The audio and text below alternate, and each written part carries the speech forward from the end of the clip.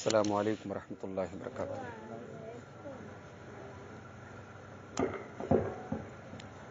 السلام علیکم ورحمۃ اللہ وبرکاتہ. الحمد للہ نحمده ونستعینه ونستغفره ونعوذ بالله من شرور أنفسنا ومن سيئات أعمالنا من يهده الله فلا مضل له ومن يضلل فلا هادي له وأشهد أن لا إله إلا الله وحده لا شريك له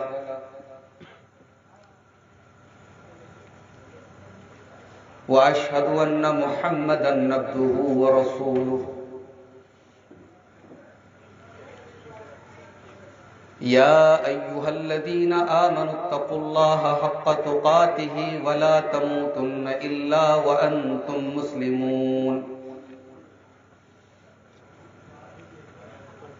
يا أيها الناس اتقوا ربكم الذي خلقكم من نفس واحدة وخلق منها زوجها وبث منهما رجالا كثيرا ونساء واتقوا الله الذي تساءلون به والأرحام إن الله كان عليكم رقيبا.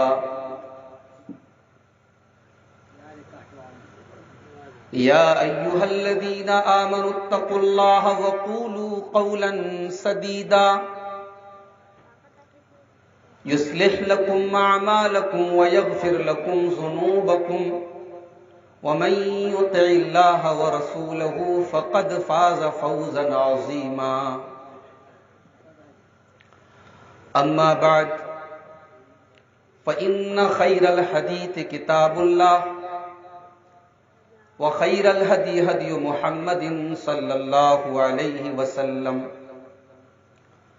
وشر الأمور محدثاتها وكل محدثة بدعة وكل بدعة ضلالة وكل ضلالة في النار.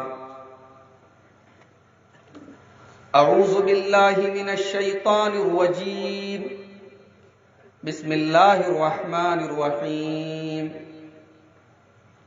هن لباس لكم وأنتم لباس لهن. محترم بزرگوں،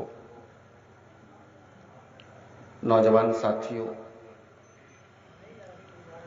پردہ نشین ماں اور بہنوں، پیارے بچوں، یہ اس علاقے کے لیے بھی اور اس گھر کے لیے بھی جس گھر میں شادی کے موقع پر یہ خوبصورت دینی محفل منعقد کی گئی ہے، یہ بڑی خوش نصیبی اور سعادت کی بات ہے. عام طور سے لوگ شادی بیاہ کے موقع پر دین سے، شریعت سے، اسلام سے دور ہوتے ہیں. ایسے ماحول میں یہ بڑی ہمت کا بھی کام ہے اور بڑا بہترین قدم ہے کہ یہ دینی پروگرام رکھا گیا ہے.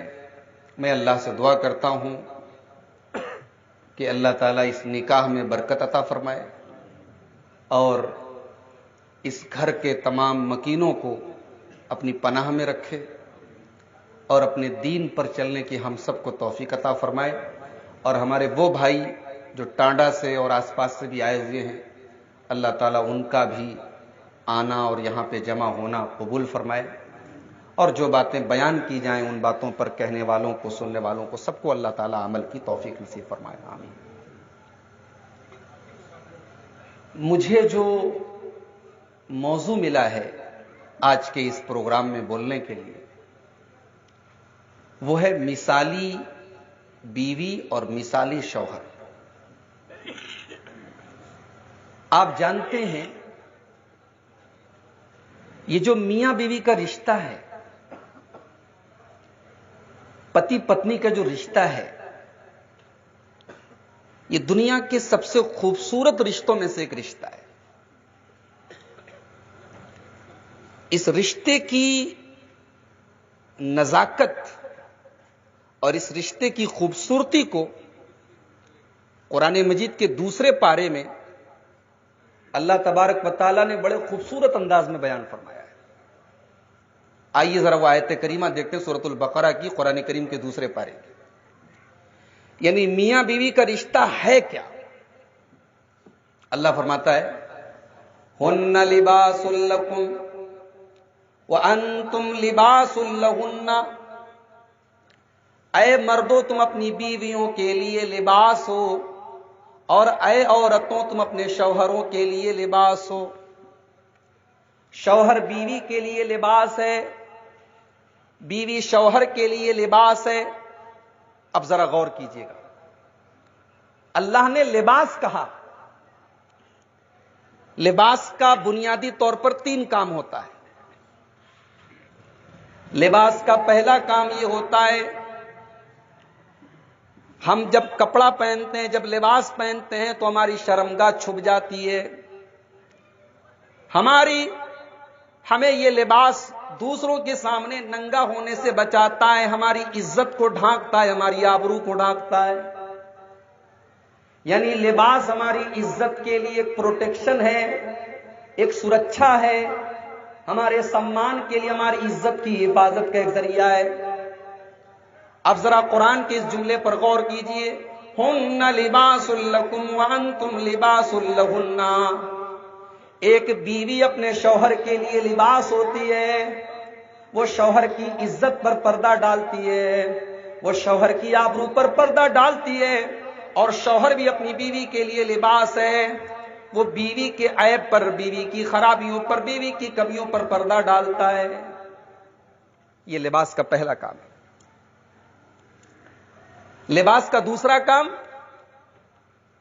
سردی کا موسم آیا ہم نے سویٹر پہن لیا، گرمی کا موسم آیا ہم نے کاٹن پہن لیا، بارش ہو رہی ہم نے رین کوٹ پہن کر کے ہم گھر سے نکل گئے۔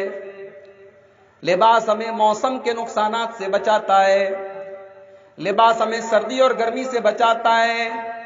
قرآن کہہ رہا ہے ہن لباس لکم وانتم لباس لہن، اے مردوں تمہاری بیویاں تمہارے لیے لباس ہیں، اور اے عورتوں تمہارے شوہر تمہارے لیے لباس ہیں۔ یعنی جب ایک مرد ایک عورت سے نکاح کر لیتا ہے، شادی کر لیتا ہے، تو شوہر کو بہت ساری زمانے کی برائیوں سے اس کی بیوی بچاتی ہے، اس کو بدکاریوں سے، اس کو بے حیائی سے، اس کو بے غیرتی سے، اس کی نظر کو غلط چیزوں پر ڈالنے سے اس کی بیوی اس کو بچاتی ہے۔ اور بیوی کو بھی جب شوہر کے ساتھ اس کا نکاح ہو جاتا ہے تو بیوی کو بھی اس کا شوہر زمانے کی بہت ساری مصیبتوں سے بچاتا ہے۔ ہن لباس لکم وانتم لباس لہن، اے مردوں تمہاری بیویاں تمہارے لیے لباس ہیں، اور اے عورتوں تمہارے شوہر تمہارے لیے لباس ہیں۔ لباس کا تیسرا کام، میں نے صدری پہنی ہے، ہمارے فیصل بھائی نے بھی صدری پہنی ہے، کوئی بھائی جبہ پہنے ہوئے ہیں، کوئی جینس کی پینٹ پہنے ہوئے ہیں۔ آدمی وہ کپڑا پہنتا ہے جو کپڑا پہن کر کے وہ اچھا لگے، وہ خوبصورت لگے۔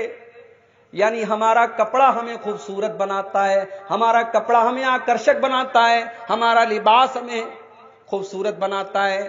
اب ذرا قرآن کے اس جملے پر غور کیجئے، ہن لباس لکم، اے مردوں تمہاری بیویاں تمہارے لیے لباس ہیں۔ یعنی تمہاری بیویاں جب تمہاری زندگی میں آتی ہیں تمہاری زندگی خوبصورت بن جاتی ہے۔ اگر ایک مرد کی زندگی سے عورت کو نکال دیا جائے، عورت کی زندگی سے مرد کو نکال دیا جائے، ایک شادی شدہ زندگی میں سے اگر بیوی کو شوہر کی زندگی سے نکال دیا جائے، شوہر کی زندگی بے رونق ہو جائے گی، اس کی زندگی کی سندرتا ختم ہو جائے گی، اس کی زندگی کی خوبصورتی ختم ہو جائے گی۔ شوہر اپنی بیوی کو خوبصورتی دیتا ہے اور بیوی اپنے شوہر کو خوبصورت بناتی ہے۔ اللہ اکبر، ایک لفظ اللہ نے استعمال کیا اور اس رشتے کی خوبصورتی کو اللہ تعالیٰ نے بیان کر دیا۔ اور آگے بڑھیے، قرآن مجید کا 21واں پارہ اٹھائیے، سورہ روم کے اندر اللہ تعالیٰ فرماتا ہے وَمِنْ آيَاتِهِ أَنْ خَلَقَ لَكُم مِّنْ أَنفُسِكُمْ أَزْوَاجًا، اللہ تعالیٰ کی بہت بڑی نشانیوں میں سے ایک نشانی یہ بھی ہے کہ اس نے تمہارے لیے تمہاری بیویوں کو بنایا۔ اے مردو، اس نے تمہارے لیے تمہاری بیویوں کو بنایا لِتَسْكُنُوا إِلَيْهَا، تاکہ تم اپنی بیویوں سے سکون حاصل کرو۔ یہ نہیں کہا اپنی شہوت پوری کرو، صرف جسم کی پیاس بجھانے کا نام نکاح نہیں ہے، وہ ضرورت تو اور طریقوں سے بھی پوری ہو سکتی ہے، سکون نہیں مل سکتا ہے کسی اور طریقے سے۔ شوہر اپنے بیوی کو سکون دیتا ہے، بیوی اپنے شوہر کو سکون دیتی ہے۔ وَجَعَلَ بَيْنَكُمْ مَوَدَّةً وَرَحْمَةً، اور اللہ فرماتا ہے کہ ہم نے میاں بیوی کے بیچ میں محبت پیدا کر دی اور رحمت پیدا کر دی۔ علماء نے لکھا ہے، مفسرین نے لکھا ہے، محبت کا تعلق جوانی سے اور رحمت کا تعلق بڑھاپے سے۔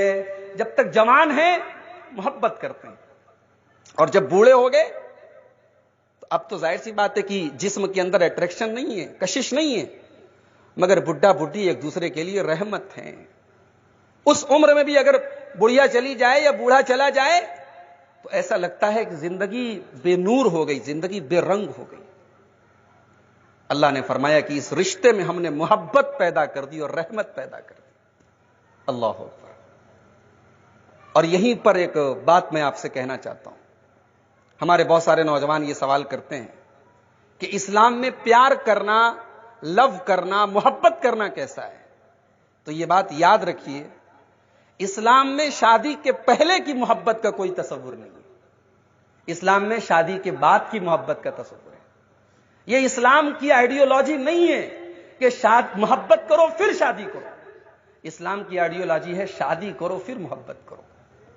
اور آج آپ دیکھیں کہ لوگ محبت کر کے جو شادیاں کر رہے ہیں 90% وہ شادیاں برباد ہو رہی ہیں، ناکام ہو رہی ہیں، جس کو کہتے ہیں لو میرج۔ اسلام میں اس میرج کا کوئی، اسلام میں لو میرج نہیں ہے، اسلام میں لو آفٹر میرج ہے، اسلام میں نکاح کے بعد محبت ہے۔